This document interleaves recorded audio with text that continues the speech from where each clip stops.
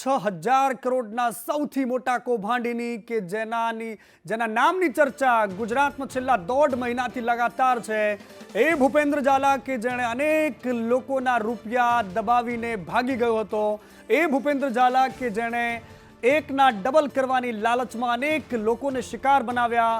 लगभग 1.5 મહિનાથી ભાગતો ફરતો ભૂપેન્દ્ર ઝાલા આખરે પોલીસની પકડમાં આવી ચૂક્યો છે।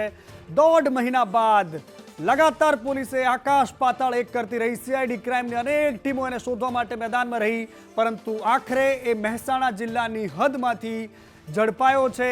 વિસનગરના દવાડાથી આ ભૂપેન્દ્ર ઝાલા ઝડપાયો છે, જેની સૌથી પહેલી તસવીર સંદેશ ન્યૂઝ પર છે। ધરપકડ બાદની સૌથી પહેલી તસવીર તમે જોઈ શકો છો કે કેવી રીતે અત્યાર સુધીમાં નાસ્તો ફરતો એ મહાઠગ આખરે આ સંદેશ ન્યૂઝની સ્ક્રીન પર તમે જુઓ છો કે કેવી રીતે મહેસાણાના દવાડાથી ઝડપાયો છે। અને ભૂપેન્દ્ર ઝાલા કે જેને શોધવા માટે સીઆઈડી ક્રાઇમે આકાશ પાતાળ એક કર્યા, અનેક ટીમો બનાવી, રેડ કોર્નર નોટિસો બહાર પાડી, વિદેશમાં ભાગી ગયો છે કે કેમ એ દિશામાં પણ તપાસ કરી, અનેક એના સાગરીતોની પણ તપાસ કરાઈ, એના ભાઈની પણ તપાસ કરી, એના એજન્ટોની પણ તપાસ કરી, અને આ બધાની વચ્ચે આટલી મહેનત બાદ આખરે એ મહાઠગ પોલીસના હાથમાં આવી ચૂક્યો છે। મારા સહયોગી હિરેન રાવલ મારી સાથે જોડાયા છે। હિરેન, આટલી મહેનત પોલીસે તમામ જિલ્લાઓમાં ગુજરાતના ખૂણે ખૂણામાં શોધી લીધા બાદ આખરે ઘરમાંથી ઝડપાયો મહેસાણામાંથી।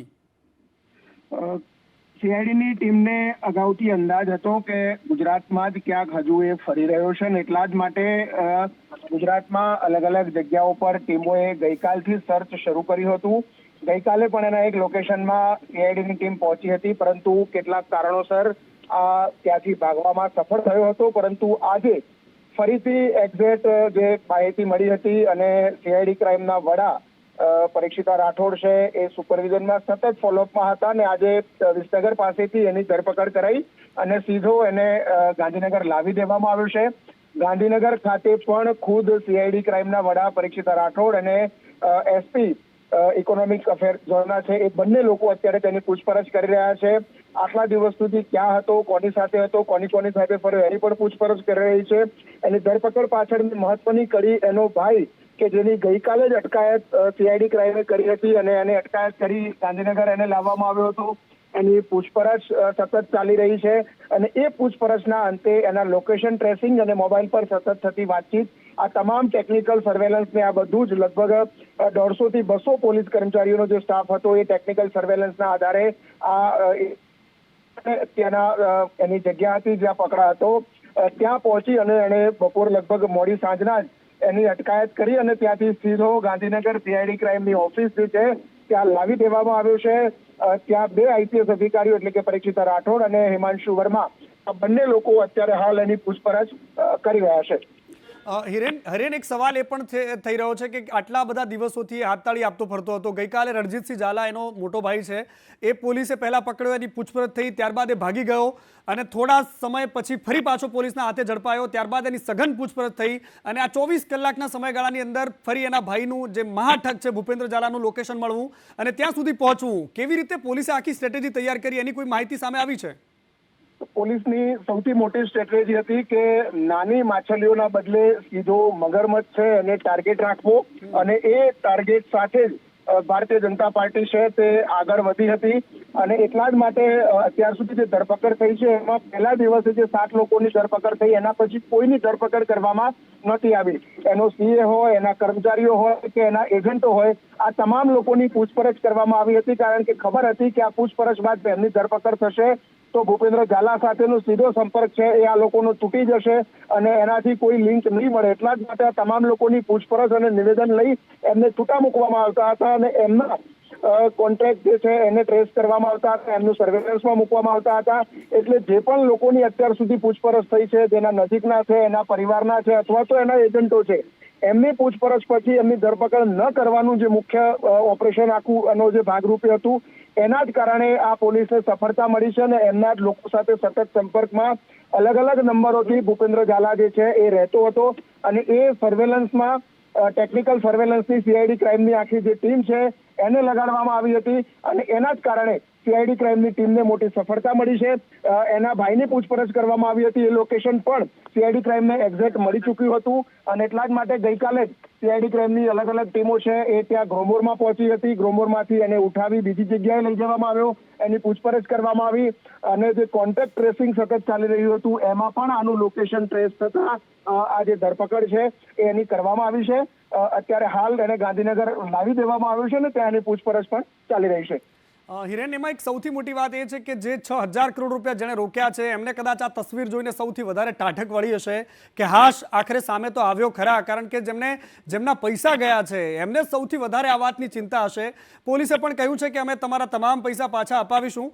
તો હવે તમને શું લાગે છે કે આ કેસમાં કેવી રીતે પોલીસ એનું ઇન્ટ્રોગેશન કરે છે, એની પાસેથી કઈ કઈ માહિતી ઉભલાવવાની રહેશે? હિરેન, જો સૌથી મહત્વનું જે 6,000 કરોડ રૂપિયાની વાત આવે છે તો એ આટલા પૈસા એને ક્યાં રોક્યા છે, કોના પૈસા આવ્યા છે, સાથે તેના પણ પૈસા એને લીધા છે તો એના ડોક્યુમેન્ટ શું છે, તમામ બાબતો પણ ચકાસવાની રહેશે.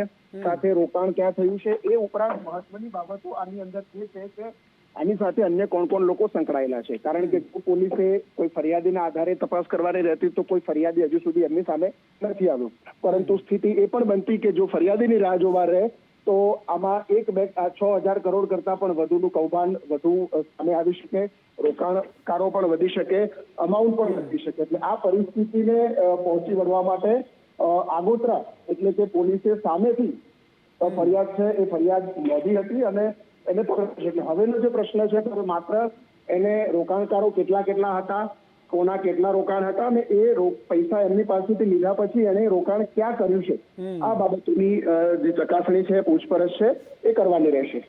બિલકુલ હિરેન, આપ અમારી સાથે જોડાયેલા રહેજો, કારણ કે આ એ જ એટલો મહાશાતિર ઠગ કે જેણે ઉત્તર ગુજરાતના અનેક લોકોને જોડે બેસીને પોતાની કંપનીમાં ઇન્વેસ્ટ કરાવવાના નામે ઠગાઈ કરી, એકના ડબલ આપવાની લાલચ આપી, મોટું કમિશન, એજન્ટોને મર્સિડીઝ જેવી ગાડીઓ અને મોંઘીદાટ ગિફ્ટ, વિદેશ પ્રવાસો કરાવવાની એકદમ જબરદસ્ત લાલચો, અને આ બધી જ વસ્તુઓ એક પછી એક સામે આવી રહી છે. અને આ બધાની વચ્ચે હવે એ માસ્ટર માઇન્ડ, આ આખા કૌભાંડનો પિલર કે જેના ચહેરાના નામે લોકોએ રૂપિયા રોક્યા હતા એ આખરે ઝડપાઈ ચૂક્યો છે. હવે પોલીસના ગેંદમાં પાલો છે કે પોલીસ એની પાસેથી આ રૂપિયા કેવી રીતે લોકોને પાછા અપાવે છે.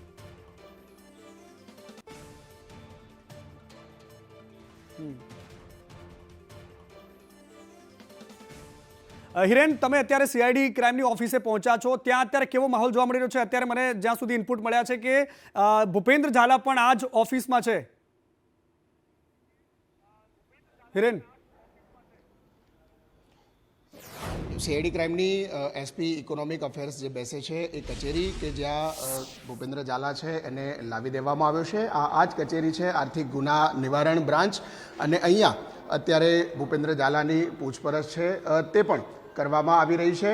2 એસપી કક્ષા એટલે કે એક ડીઆઈજી કક્ષાના અધિકારી છે અને એક એસપી કક્ષાના અધિકારી, આ બંને અધિકારીઓ અત્યારે હાલ પૂછપરછ છે તેઓ કરી રહ્યા છે. સ્વાભાવિક રીતે એને અરેસ્ટ કર્યા પછી તરત જ સીધો અહીંયા લાવી દેવામાં આવ્યો છે અને અહીંયા એની પૂછપરછ ચાલી રહી છે. આ દ્રશ્યો મીડિયા અહીંયા પહોંચતા જ આ દરવાજા છે એ પણ સીઆઈડી ક્રાઇમની ઓફિસ છે એના બંધ કરવામાં આવ્યા છે. સ્વાભાવિક રીતે જ એની ધરપકડ કર્યા પછી એને અહીંયા લાવી અને જે વધુ પૂછપરછ છે એ અત્યારે કરવામાં આવી રહી છે. જે મહત્વના મુદ્દાઓ અત્યાર સુધી તપાસના છે એ ક્યાં ભૂપેન્દ્ર ઝાલા ગયો છે, કોને મળ્યો છે, આ તમામ બાબતો છે એના તરફી તપાસ છે તે સીઆઈડી ક્રાઇમની ટીમ છે હવે કરશે. આ ઉપરાંત અગાઉ જે 7 લોકો પકડાયેલા છે એ 7 લોકો સિવાય એના એજન્ટો કોણ છે, એજન્ટોને કમિશન કેટલું મળતું હતું, શું મળતું હતું, એ તમામ બાબતો છે એની પણ પૂછપરછ આની અંદર કરવામાં આવશે. આજે એની ધરપકડ બતાવવામાં આવી છે એટલે સ્વાભાવિક રીતે આવતીકાલે 24 કલાક પહેલાં એને અમદાવાદ કોર્ટની અંદર રજૂ કરવામાં આવશે. આ ઉપરાંત એણે જે ટેલેન્ટ પુલ એટલે કે એને જે ગ્રોમોર ફાઉન્ડેશન અને સ્કૂલ ચલાવતો હતો એટલે ખરીદી હતી એના પૈસા એટલે લગભગ 90 લાખ કરતાં વધુની રકમ એને ટેલેન્ટ પુલની ઉપાડી લીધી હતી શિક્ષકોના ખાતામાં નાખીને. તો એ બાબતે પણ એની પૂછપરછ અને એની તપાસ એની સામે થશે. આ ઉપરાંત એસટી એટલે કે અનુસૂચિત જનજાતિની જે શિષ્યવૃત્તિ હતી એ શિષ્યવૃત્તિના પૈસા પણ એને ક્યાં રોક્યા છે. આ ઉપરાંત જે રોકાણકારો છે એ રોકાણકારોના પૈસા તો લીધા હતા પરંતુ એ પૈસાનું રોકાણ શેમાં કર્યું છે અત્યાર જી. સુધી જે સંપત્તિ સામે આવી છે એ સંપત્તિ અને રોકાણનો આંકડો હજી સુધી મેચ નથી થતો. તો રોકાણ ક્યાં અલગ અલગ જગ્યાઓ જી, પર હિરેન. કરવામાં આવ્યું છે, પોન્જી જી. સ્કીમ છે તો એનું રોકાણ અન્ય જગ્યાઓ પર એટલે કે બિલકુલ. શેર માર્કેટમાં ક્યાંય કરવામાં આવ્યું છે કે બિટકોઇનની અંદર કરવામાં આવ્યું છે, એ તમામ બાબતો છે, એ તમામ બિલકુલ. બાબતોની તપાસ છે, બિલકુલ, એ પણ એની પૂછપરછની અંદર સામે આવશે. આ ઉપરાંત અન્ય જે બાબતો છે કે જેની અત્યાર સુધી લગભગ ઓકે. 1 મહિના કરતા વધુ સમય થયો હતો. બિલકુલ બિલકુલ હિરેન, આપ અમારી સાથે બનેલા રહેજો. જ્યારે પણ જરૂર પડશે તો અમે તમારી પાસેથી વિગત મેળવતા રહીશું. પરંતુ આ સૌથી મોટા સવાલ સાથે આ ભૂપેન્દ્ર ઝાલા ઝડપાયો છે કે આખરે રોકાણકારોના 6,000 કરોડ રૂપિયા પાછા કેવી રીતે મળે છે.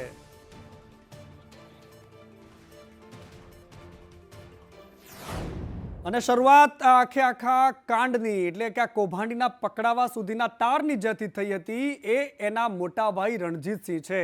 બીઝેડ કૌભાંડના મામલામાં રણજીતસિંહની ગઈકાલે અટકાયત થઈ અને ત્યારબાદ એની લાંબા સમય સુધી પૂછપરછ થઈ. સીઆઈડી ક્રાઇમ દ્વારા એની પૂછપરછ થઈ અને ત્યારબાદ એની ભૂપેન્દ્ર સાથેના સંપર્ક અંગેની પૂછપરછ થઈ, લોકેશન સંદર્ભે પૂછપરછ થઈ અને ત્યારબાદ ખુલ્યા તાર કે જ્યાં કૌભાંડી છુપાયો હતો એની તમામ વિગતો ત્યાંથી મળી કે જે એના ભાઈએ પોપટની જેમ બોલવાની શરૂ કરી. 4 મુખ્ય કંપનીઓમાં ઓડિટ રિપોર્ટ સામે આવ્યો, 95 કરોડ પરત કરવાના બાકી હોવાનું પણ સામે આવ્યું. બીઝેડ ફાઇનાન્સની તપાસ મામલે પણ મહત્વની વાત એ છે કે એના ભાઈએ પણ પોપટની જેમ બોલવાનું શરૂ કર્યું છે. હવે જોવાનું એ છે કે આ માસ્ટર માઇન્ડ, આ મુખ્ય કૌભાંડી ભૂપેન્દ્ર ઝાલા પોતાની તપાસમાં કઈ કઈ વાતો ઉગલે છે.